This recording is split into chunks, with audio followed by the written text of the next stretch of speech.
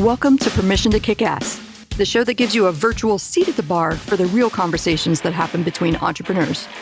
I'm interviewing all kinds of business owners, from those just a few years into freelancing to CEOs helming 9-figure companies. If you've ever worried that everyone else just seems to get it and you're missing something or messing things up, this show is for you. I'm your host, Angie Coley, and let's get to it. Hey, and welcome back to Permission to Kick Ass. With me today is my friend Jean Kuhn. Say hi. Hi. Oh my gosh, I'm so excited for this one. And I love this. Okay, so for people that aren't watching the video, there's this sign in the background that says Lucky Me, which I love. I bet there's a story behind that one too. But before I go down the rabbit hole, please tell us about your business and what you do. I help small business owners use really unique marketing strategies, like out of the box, over the top, call me crazy marketing strategies to increase their revenue fast. Ooh, I really, really love that. What you just said reminded me of a book that I read once upon a time called Marketing Outrageously. It's a fantastic book. You'll recognize it by a sumo wrestler doing a slam dunk basketball move on the front cover. It's so fantastic. I learned about that when I was an impetuous young copywriter. I mean, we're talking the copywriter inside the corporate office that would ask for meetings with the president because I have a few ideas. I have some ideas on how we could do better. And you probably don't know what it's like down here at the urchin level here, but I got some ideas.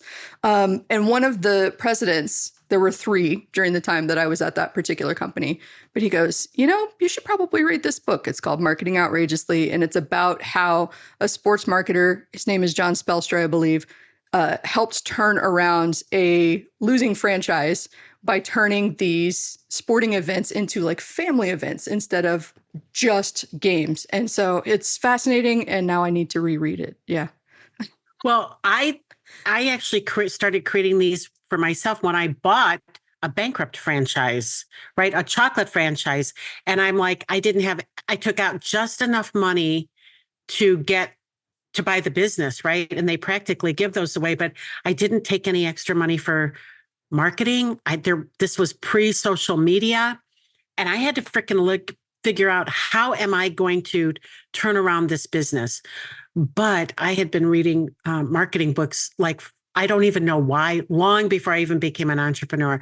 I have no idea how that even came into my existence, but I love different marketing strategies that are so different. Are you familiar with the Savannah bananas, Angie? Oh, yes. I recommend those to everybody. Right. And Jesse Cole does exactly like in 2020, right? Pre-2020, when he bought it. He does exactly the kind of thing to a higher level than I did it when I just had a little chocolate store.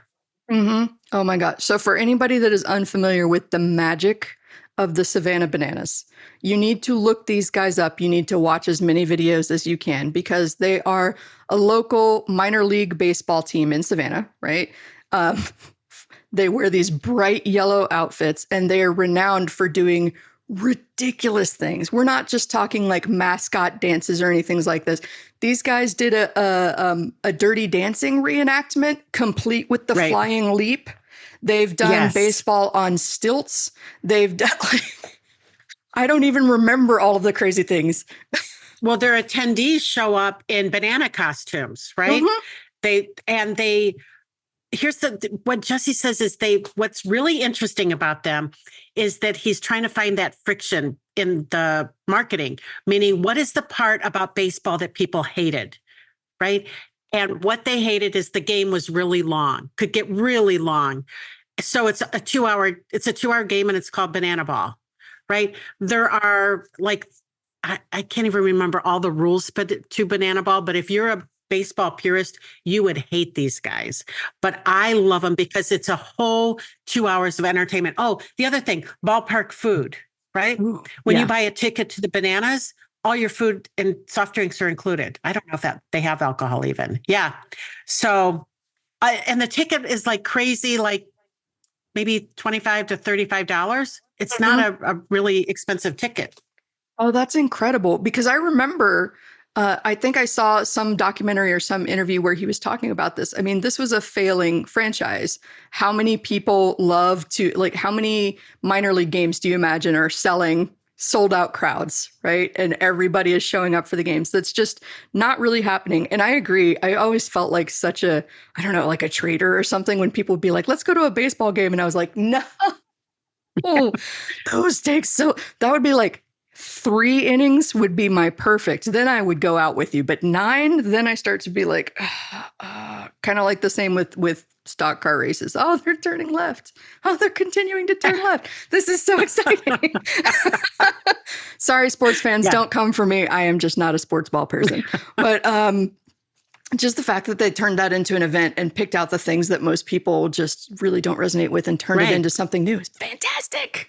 And if you can do that in your business, right, find that friction piece and make it so to kind of get rid of it if you can, right? We all have things in our businesses we like to, I love to hear it when it's like, that's our policy. Well, maybe your policy should be, how about customer service and how can you serve the customer instead of figuring out how you can not serve them by saying, that's our policy.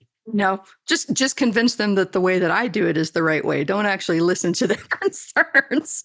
So tell me more about this chocolate company. Like, I've heard this story before, but I'm enthralled by this and I think people are going to love it. So let's go back to 2001, 9/11 hit, right?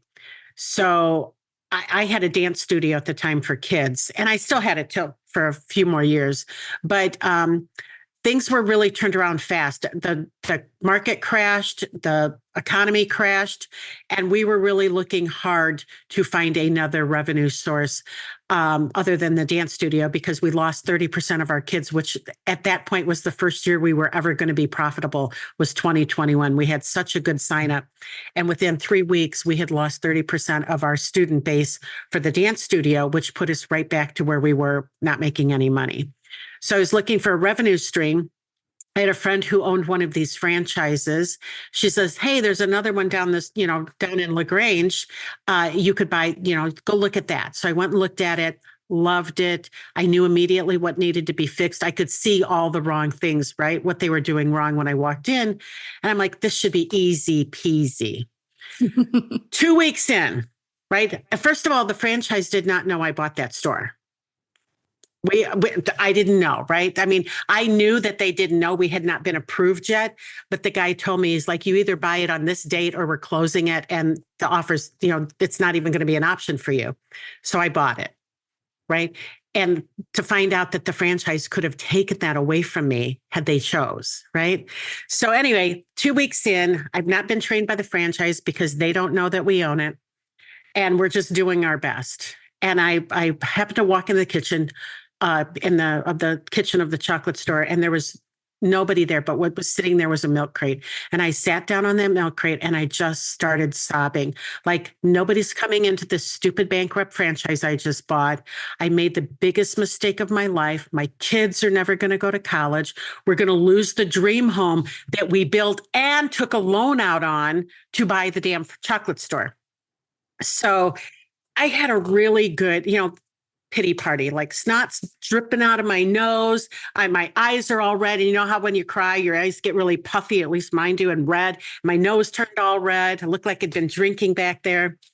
And it was just a horrible, horrible feeling. And then after about 20 minutes, I don't know. I'm not one who stays down long. Usually it's a little more than 20 minutes, but I realized pretty fast, I better get my ass up off this milk crate and go to work.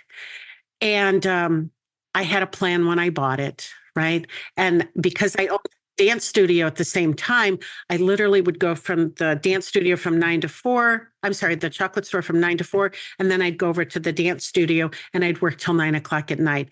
I was exhausted, right? And I was stupid. I was just stupid. So I started picked myself up off that milk crate, got to work, implemented my plan. I turned that store around within the 12 months before that I bought it. So by the 12 months later, I had made it profitable and we had added $100,000 to the bottom line. Oh, that's 4 years fantastic. later. Yeah, thanks. 4 years later, I bought another bankrupt one, right? Same franchise, turned that one around in just under 12 months, adding just a tad over 100,000 to their bottom line. And I'm like, huh, I might know a little bit something about turning around a business, right? Due to all of the marketing books I read, because I did crazy stuff in my marketing. We sold chocolate, caramel apples, and fudge. I created a whole caramel apple festival, right? In October, which was our busiest month of the year for caramel, for anything. And I created a whole festival around caramel apples. And then the next month I gave a coupon to come back, kind of like Kohl's Cash, right? We all know what Kohl's Cash is, right? I created something like that they could bring their Apple bucks back in and exchange them for product. And had the best November. November was our second lowest month of the year, right? So it was just about doing silly little things, but always watching, what do I need to increase? Do I need to increase our customer count? Do I need to increase our ticket account? Do I need to increase revenue? What is it that I'm looking for? So I'm really lucky that my husband was watching that while I was working 12 hours a day. He was watching where are we at every single week, where he'd let me know. It's like, we're dropping, we're not where we should be. We need to create another $1,200 or whatever it is. And I would come up with some ridiculous marketing strategy to get people in the door. And if that meant I had to send somebody out on the street with a chocolate tray dressed as a teddy bear, I would do it. That's so fantastic. All right, I'm circling back to these marketing strategies because I want to hear whatever you want to share. But before I do that, I really wanted to point out the fact that I think, especially in American entrepreneurship, there's this fallacy of you have to figure it out all alone. And I was so glad, because that was one question I was going to ask. Okay, you're working these 12-hour days. You're going back and forth between these two businesses. You've got this overwhelm plus all of these feelings of, oh my God, I just messed up, right? How on earth do you make good decisions? And then you pointed out, okay, I've got somebody in my corner who's supporting me. And I just wanted to highlight that and tell people, if you're listening, this is important. Stop trying to do shit by yourself. Stop it. You are not the most objective, especially when you're stressed out and overwhelmed. You need a support system. It could be a friend, preferably somebody who's familiar with business, because otherwise you've got employees going, well, that sounds really scary. I don't know if I would do that, right? And just amplifying the doubts. But you need that support system. And you need to feel the feelings too. I think that was one of the things that really attracted me to having you on the show. We had talked about this in the past, the milk crate moment, right? And I've been on your show talking about my own milk crate moment. Right. Feel the feelings and then go, all right, well, cool. Now that I know that I feel that way and I've messed everything up, what am I going to do about it? Time to get up and take some action. Yes. Yes, yes, yes. Oh my gosh. Yes. I love that. All right. So getting back to the marketing strategies, what else did you do? I'm so curious. Okay. Well, I had 4 that I really focused on, right? Number 1 was customer service, because first of all, it was free. Customer service is completely free, and it doesn't take a lot to smile when somebody walks into your store. It doesn't take much to help them and say yes to them. We had a policy in our store. We never say no. Now, listen, I'm the first one to say no to my kids, to my husband, to my employees, right? I will say no to almost everything till I can process through. Is that a good idea? But to our customers, it was always, we say yes, and then we'll figure it out. But I was the only one who could say no. And those are the last people I wanted to say no to, was the customer. Somebody walks in and says, hey, can you create a fudge mountain? And I'm like, well, yes, I can, even though I've never done it before. And I don't know how to do it. But how hard could that be to just pile some fudge up and make it look like a mountain? It can't, right? The first time I did it, it looked like a pile of dog dew, right? But I started doing it again and again and again, adding a little white chocolate so it's dripping down the sides. It now looks like snow falling down the mountain. Add a few little plastic trees on it. Now we've got a forest around the mountain. It looked like Fudge Mountain, right? So it's, how can you say yes to whatever that they're looking for? And I always said yes. Because you know why? So many people would say no. We don't do that. We don't mold chocolate. We don't color chocolate. We don't blah, blah, blah chocolate, right? We would do everything. You know, it's so funny. I did say no to one thing. Want to hear it? I'm just thinking about it now because we're in cicada season here. I don't know if you guys get cicadas. Not as bad as up there. Yeah, I guess we got a double bunch. I walked out yesterday. It was deafening. The one thing I said no to is there was another chocolate store that had moved in across the street. And when cicadas came, they were, I guess, roasting them and dipping them in chocolate. And people came in asking me for those. And I'm like, oh, hell no, we're not doing chocolate dip cicadas. So I know exactly where you can get those, right over there. Exactly. Yes. Go see them. Go buy them. They're the experts in that. I refuse. Exactly. Right. That was really the only thing I said no to. Love that. And you get to do whatever the hell you want to. That's, I mean, within reason, obviously, we're not talking about breaking the law, murder, or anything like that. Right. But if somebody comes in and says, I want chocolate chip dipped cicadas, and that, I mean, anybody watching the video saw my face. No, not doing that. Hey, right. There's somebody over there. They can give you all the ones that you want. Tell them I sent you. Right. What were those? What did they come up through? A ground full of Roundup? Right. Oh God, yes. That was my thought is they came up eating Roundup. How else? Right. And then we're going to ingest that. No, thank you. No, thank you. All right. So we have say yes. What else did you try? So one of the other things was a friend of mine from Arizona, Christy Ellis, we created something called strategic volunteering. And strategic volunteering is where do you put yourself to be seen in your community doing good, right? People love it when they see their businesses. They view it as giving back. I don't view it as giving back because I never took anything from anybody, right? I exchanged fair value product for a price, right? For a fair price, but I didn't take anything. So I don't ever look at it as giving back. I look at it as supporting my community. So Christy Ellis did it in such a way, which I'm going to tell her story because it's so cute. She had twin daughters. They're now in college, but I always think they're 6 years old. She would take her 6-year-olds to the Humane Society every Saturday morning, and they would read to puppies, right? They would read to puppies. They would play with puppies. I would watch her videos. And now she never mentioned her business. She never mentioned anything. She'd just take pictures and videos and post them on Facebook of her little girls playing with puppies and reading to puppies. And I loved it. But you know what it got her? It got her a lot of exposure because people knew who she was. Right. The way I did that strategic volunteering is I started working with the Business Association and I volunteered to chair their summer art project. It was Adirondack chairs that the businesses bought. We had artists paint them and then they sat around town for people to sit in all summer long. And then come fall, we auctioned them off for charity. It's one of the biggest money makers that the Business Association had ever made. And it was so much fun. And I got to meet a lot of business owners I had never met.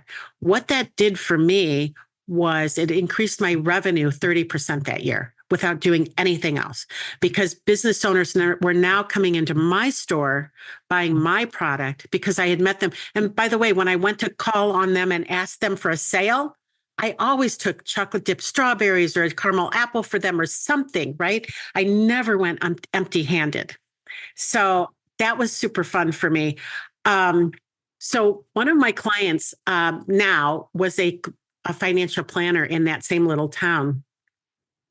And he had an opportunity and if you know a financial planner, they can only do marketing by basically cold calling and referrals. They are very limited by the government, what they can and cannot do, right? So he was invited to join the board of directors of the Brookfield Zoo, which is our big zoo in the Chicago area. But with that came a $25,000 price tag. So he spent $25,000 to become a board member at the Brookfield Zoo. And why would he do that? Right? He did it because he gets to hang out with his ideal clients, the people who can afford, number one, to donate money to the zoo. The zoo's always having black tie galas, right? Dressing up, hodgepodging, whatever that is. And he was putting himself intentionally, strategically volunteering in front of his ideal clients. Brilliant move, right? Brilliant move. So that was another place. I always put myself in a place of doing good for other people, right? So the third one was email marketing, right? This was around, I bought that store in 2002. It was around 2003, 2004. I started hearing commercials on my drive-in about constant contact. And first of all, I really like to write. Second of all, I really like to laugh. So if I can amuse myself by writing something, giving a little humor in my newsletter, I was going to do it. So I started my own newsletter, which I had so much fun putting together. But I came up with 5 ways you should write your newsletter. And I'll share that with you if you want, because I think email marketing is one of the best ways to get your message out there. And not enough entrepreneurs are using email marketing these days. They think social media is the be all and end all of marketing. Mm-hmm. Oh, hell no. Oh, yeah. I absolutely agree with you. Like, I've run creative teams. I've helped a lot of people with email automations and email marketing. Shameless plug for Angie if you want to work on your email marketing. But you don't own social media? Like, I see business owners in online support groups every single day going, I just got locked out of Instagram. I just got flagged on TikTok. I had over 1 million followers there. I can't get a hold of a human being to get my account back. Like, that stuff can happen to you. It can't really happen with your email list, because even if you got shut down at, constant contact, well, you've still got the contacts there. You could import and start all over again without having to rebuild. Exactly. I love email marketing because it's a great way to get your message out in a non-salesy way, but providing a ton of value, right? And we are in I just heard somebody use the term the other day, education-based marketing is what's really hot right now, right? Education-based marketing. So that's a way to use education-based marketing is in your newsletter. So there's 5 ways to write a newsletter. Now, Angie, you may disagree with me but I'm going to tell you my 5 ways, right? Number 1, you've got to have a kick-ass subject line. So last year, 2 years ago, I was unsubscribing from a bunch of emails. Don't you do that every once in a while? You're like, really? 46,000 unread emails in my box, right? Okay, let's unsubscribe. I was unsubscribing. I put in her name. Her name was Kim. I put it in. It pulled up all of her emails, and I was just going to click on them and delete really quick, right? Go through there. That had to at least be a couple hundred emails. The first email that popped up, the subject line was, well, slap my ass and call me Sally. And I was like, that is the best damn subject line I have ever seen. I'm opening this up and finding out what the hell does that mean? Open it up. She was selling an Instagram course. I reached out to her. This Instagram, because I hadn't opened these emails, the Instagram offer ended a day or two before. I didn't even know who she was. I just reached out. I sent an email back that said, hey, Kim, I'd love to be part of that. I know nothing about Instagram. I'd love to be part of that program. Is it too late? Can I still get in? I didn't hear anything for like 5 days, 6 days. And then she emailed back and said I could, but I'd moved on, right? I'd moved on. I was busy doing something else and I didn't respond. Anyway, let's fast forward another week or two. And I'm on Facebook and we're Facebook friends. And I see an email about, she's like, what would you do if somebody called you up and told you they're unsubscribing from your list, which I did. I had said, hey, Kim, I was getting ready to unsubscribe from your list. But that subject line was so killer, made me open your email and read it. And I saw the blah, blah, blah. I thought I was being complimentary, but apparently not, because she said, that bitch... That bitch said she wanted to do my Instagram program. I got back to her. She never answered. And it was hysterical. Now, listen, I was mad for about 5 seconds, right? I don't really hold on to a bunch of stuff. I was mad for about 5 seconds that she called me a bitch, right? There's a lot of things you can call me. Bitch is probably not one of them. But so I didn't do anything. Well, fast forward a year and we're now in the same, we both are using the same coach, which means we're in a community. And she reaches out to me and she's like, Jean Kuhn, you're so funny. Let's do something together. I'm like, okay. okay, let's do something together. So we get together, we work out the details. It's like, but hold on a minute before we go. We should have a little uncomfortable conversation because I'm that bitch, Mm-hmm. right? And we both laughed about it because she Yep. had no idea that was me, right? And I knew who she was. I purposely wasn't reaching out because she already thought I was a bitch, right? I'm like, I just wouldn't reach out to her. So, Mm-hmm. but I also just let it go. But if we were going to work together, I needed to let her know who I was, Yeah. right? That bitch. So Mm-hmm. it cracked me up. She is now a great friend of mine. She sponsors my events. I will sponsor hers. And it ended up being right when you don't get mad about stuff in business, right? You can do amazing things. But that's having a subject line. That subject line right there kept me from unsubscribing. Number one. Number two, it gave me a great contact lead later, regardless of the Facebook post, right? It was a great lead for other things because she does something. She's actually known as the queen of Pinterest. So she's a whatever she like, you know how people used to work with Facebook for things that she works directly with Pinterest. She's on like their piece there that I don't know what that means, Mm-hmm. but I don't what she does. All I know is she does my Pinterest now. So Yeah. That's nice. yeah, so there's really great things that can come from that. But the subject line is the most important piece of your email. I don't care what you write inside, but you better get me to open it to start with, Yep. right? Absolutely. Right. Absolutely. All right. So number two is put something personal in there, right? Mm-hmm. Something personal. When I was started writing that, I was that mom who always complained about the fact that teachers got the summer off. Why are these kids home with me and not in school where they should be, right? I am running two businesses. I don't have time to take care of my kids during the day when I'm working, right?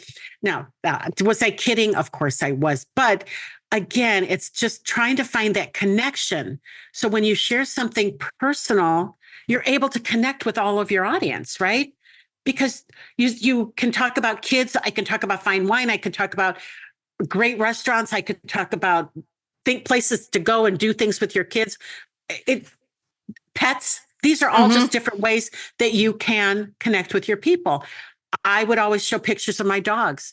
As a matter of fact, someone said to me from that same organization, it was Mother's Day, and he said to me, he says, I have carnations for the moms. And I said, well, I didn't get one. He goes, well, these are just for moms. I'm like, I've got 3 kids, right? Mm-hmm. He says, I only see pictures of your dogs. so, Oh my gosh. so it's like, how do you keep that? My daughter worked at the store, so I would put her picture in there when she graduated, right? Put her college graduation picture in there. People knew her since she'd been working in that store since she was 12 years old.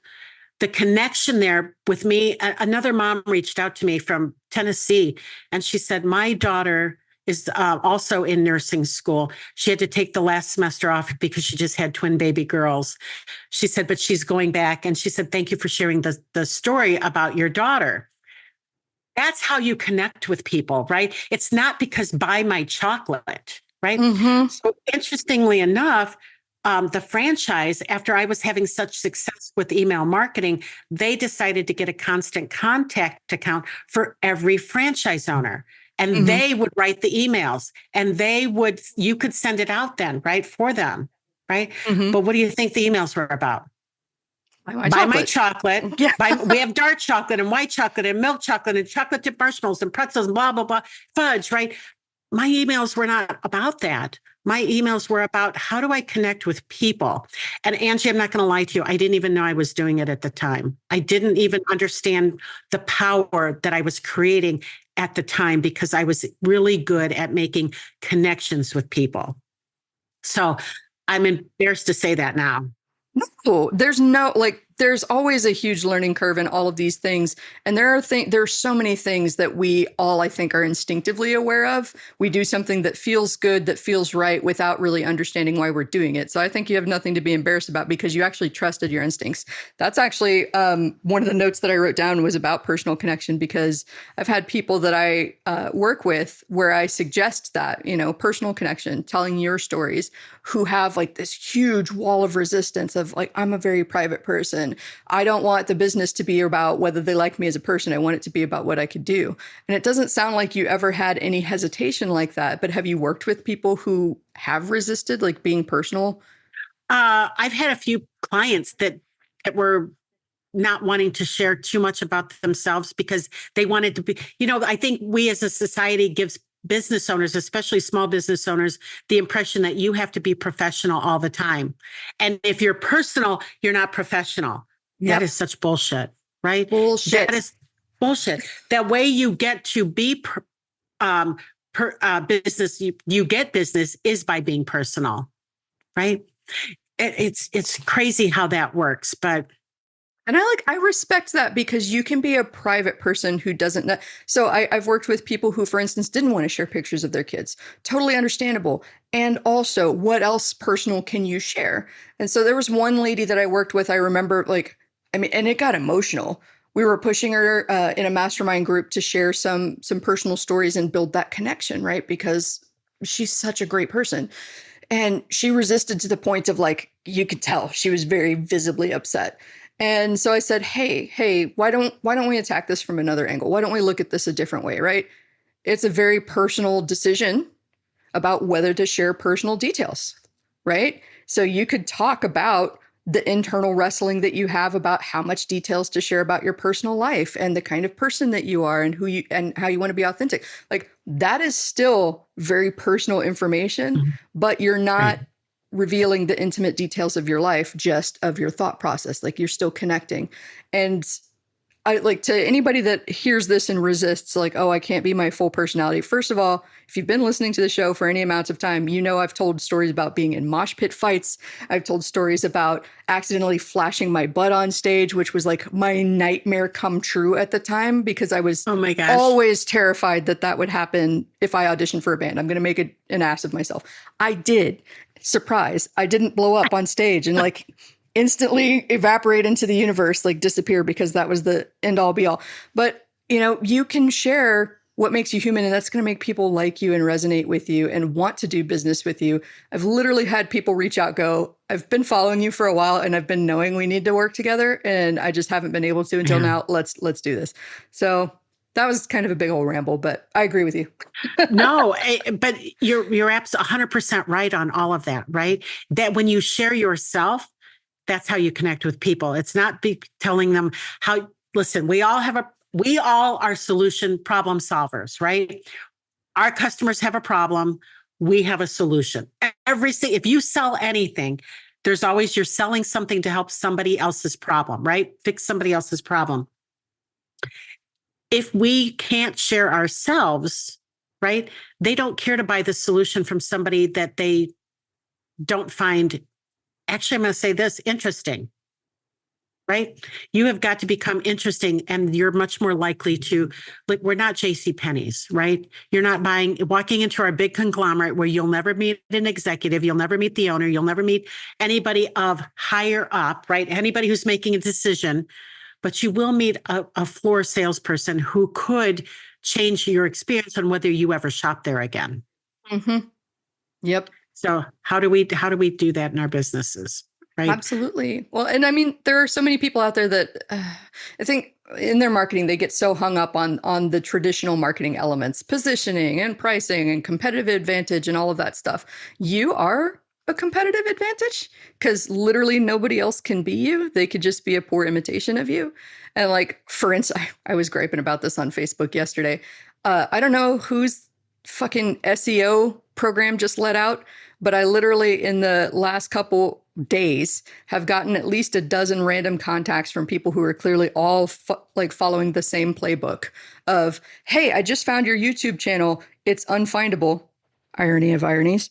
And here's what would make it findable. Here's everything that's wrong with it. I can help you fix all of this. And I just went like, I don't give a shit. First of all, you told me you couldn't find it, but you found it. But you're what? None of this makes sense. And second of all, Yeah. like, please don't tell me my baby's ugly if you ever hope to work with me. I just like I've worked too hard and YouTube is definitely not my forte, but it's something to work on. It's just lower down the priority list, right? And If you want to don't help we me, all? maybe talk about the content that you did find useful and be like, it's a shame that this is not getting out there to more people. I can help with that. Is that something you'd be interested in talking about? That's a connection. That's personal. You showed me a little bit of what you do and Right. how you're interested in me. Yeah, that stands out from the dozen people that I just got that said the exact same thing to me. And I went, go away, go away. But isn't it interesting that they want to help you, right? Mm-hmm. And so many entrepreneurs will read that and think they're not good enough, right? That's one more thing I've screwed up, right? One more thing that somebody's complaining about. One more reason I shouldn't be doing this. Instead of going, every day I get up and I work imperfectly every Mm-hmm. single day. And you know what? There is no, what's the word I'm looking for? There is no shame around it. There is no, I don't feel bad about myself for being imperfect every day. And listen, there's no judgment. I don't even judge myself about being imperfect, right? So if you can get up every day and take any action, even imperfect action, you are going to be a success. It's the people who sit back and can't get over their own crap and can't get out there and have to process every damn thing they're doing and check with 14 different people, including your cousin who's never had a job in her life, right? Yes.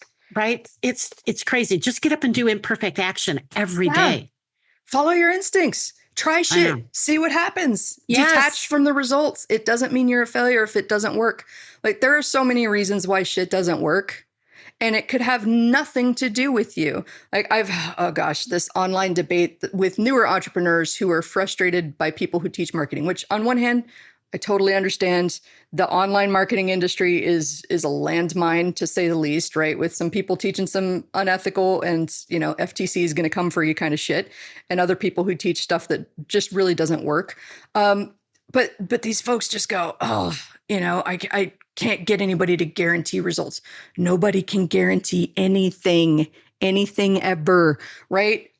It just frustrates me because the example I use with folks is, so do you remember when I love this joke way too much. When Texas froze over in 2021. I can Mm-hmm. say that I'm from Texas. Don't come for Yeah. me. A lot of marketing campaigns failed that day, especially if they were marketing to people in Texas who were literally not online checking their emails because they were frozen, right? So there's no guarantees in life. You can try something and you have it planned, you have it vetted, you've got money in the bank to support you in case it goes wrong, and it goes wrong and it has nothing to do with you. That's just the way this works. So you just got to keep trying shit. Just keep trying shit. But you know what? The people who ask for that guarantee are usually the people who don't do the work. So if Yes. you can't guarantee them a result, well, then there's no reason, there's no way they're going to work with you because you won't guarantee them anything. But I can't guarantee you're going to do the work, right? I'm going to tell you what you need to do. Isn't that so bass backwards too? Like, I've vented about this before, and this is no judgment if this describes you, because this has been me. I am grumpy with past me for holding myself back for so long too. But there's no guarantee that you'll do the work, and also approaching it from that perspective of, I'm not going to put my full effort into this unless I know for sure it's going to work, means that you're coming at this half-assed already. How do you expect something to work if you're not even putting in effort because you're already coming at this from, well, it's probably not going to fail? It's a self-fulfilling prophecy. Yes. Yes. You better full asset. Full assets. That is going. We're making a quote graphic of that. That's going to be a video clip for sure. I love that. Got a full asset. Number 3 is you got to add some value. You have to have some value in that email, right? So what does that look like? It's educate them a little bit, not over the top, just a little bit. They're only looking for like sound bites, right? Of value of what you can put in there. Number 4 is a call to action, Yes. right? what's the call to action that you have for them? Make them do something, right? Buy something. Here's a coupon. Take this coupon, whatever it was. And then the last piece is do one more little thing extra. I would put in their chocolate recipes. I would go to allrecipes.com. I gave them full credit in my newsletter, but I would find something that had chocolate in it and I would make it a recipe. And the only thing I would change, it would say, I use brand name Rocky Mountain Chocolate Factory, right? Mm-hmm. So now I just told you my franchise was, but right. Well, we're going to have a link in the show notes, right? So I don't have it I don't have it anymore. I left both my franchises to live my second act fully, completely, and happily. So yeah, Tell me more about that. Store. Oh my God. I could talk all day about women in their second act because those are my people, right? The woman over 50 who knows she was meant for more, and maybe she's coming out of corporate and she's starting a new job, or maybe the person that's like me, I've been self-employed for the last 39 years. And it wasn't until I was 53 years old that I even figured out that there was more that I wanted, right? When that last kid turned 21, I was like, it's my turn now. I have taken care of my family for the last 20, 30 years.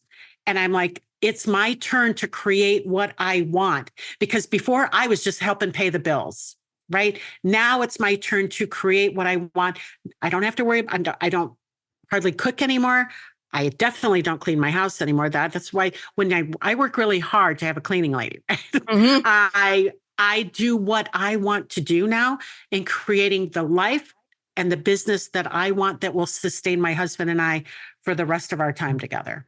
Right. Oh, so that's the woman I help, right? Is that woman over 50 who knows she wants more. She knows she can do more. She doesn't want to become irrelevant. She wants to make a ton of money. And Angie, I don't know if you know this, only 12% of female business owners ever hit six figures. Mm-hmm.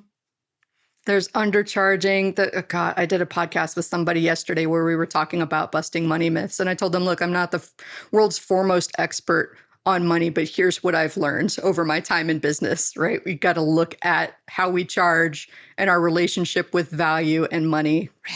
That's a whole, we could rant about that for 2 more hours too. Right. But once they get it, right? Once they get it, they get it. Mm-hmm. And then there's no stopping them. Yes. Oh my goodness. Yeah. I want to keep ranting for like 3 more hours. This is so much fun, but I just looked down and realized, holy shit, we're already at time. Oh, okay. Man. Awesome. Well, I get it. Right. Yeah. Time flies when you're having fun, right? Time flies when you're having fun. So tell us a little bit more about your business. We want to learn everything. Well, one of the things I do is I help small business owners, like I said at the beginning, use really interesting marketing strategies to up their revenue in the next 90 days. So can I tell what I have coming up? Can I talk about that? Absolutely. So when I say coming up, it's October 2nd through the 4th. It's a 3-day, it's called my Second Act Conference. And it's for that woman business owner over 50 who doesn't have enough leads, doesn't have enough clients, and definitely isn't making enough money. How can we turn all of that around for her in 3 days? Nice. So that's what I have coming up next is that 3-day event for women business owners, because it's my goal, mission in life to help as many women as I possibly can get to 6 figures. Yes. And business is a skill. It is a skill that you can learn. And if you are worried about your ability to learn that skill, trust me, nothing makes looking at your financials and your P&L more interesting than when it's your business, right? Like I say that as somebody with a business degree who like just didn't get it, didn't understand it until I had the context to apply to my own business. And now this is suddenly very interesting to me to think about all of these abstract concepts. Mm-hmm. But I love that. I'm going to make sure. And where's your website? Where can we check you out? Oh, you can check me out at Jean, Jean Kuhn, KUHN.com. Fantastic. I'm going to make sure there's a clickable link in the show notes. Thank you so much for being on the show. Thank you. And can I give away something? Yes, absolutely. Okay, I'd like to give people the 5 no-cost marketing strategies that I use to turn those 2 businesses around and how they can make their business more visible by using them. Love And we it. didn't get to the last one, which was the most fun part, was the marketing things that I did, right? All the Mhm. extra cool marketing stuff. So I'd love to give that to them. There's a couple good stories in there. Absolutely. Where can they grab that? You can grab that at 5, the number 5, 5marketingideas.com. Fantastic. I'll make sure there are clickable links in the show notes. Appreciate the Thank hell you. out of you. Thank you so much for sharing. Oh my God. Thank you for having me. It's been so much fun. That's all for now. If you want to keep that kick-ass energy high, please take a minute to share this episode with someone that might need a high-octane dose of "you can do it." Don't forget to rate, review, and subscribe to the Permission to Kick-Ass podcast on Apple Podcasts, Spotify, and wherever you stream your podcasts. I'm your host, Angie Coley, and I'm here rooting for you. Thanks for listening, and let's go kick some ass.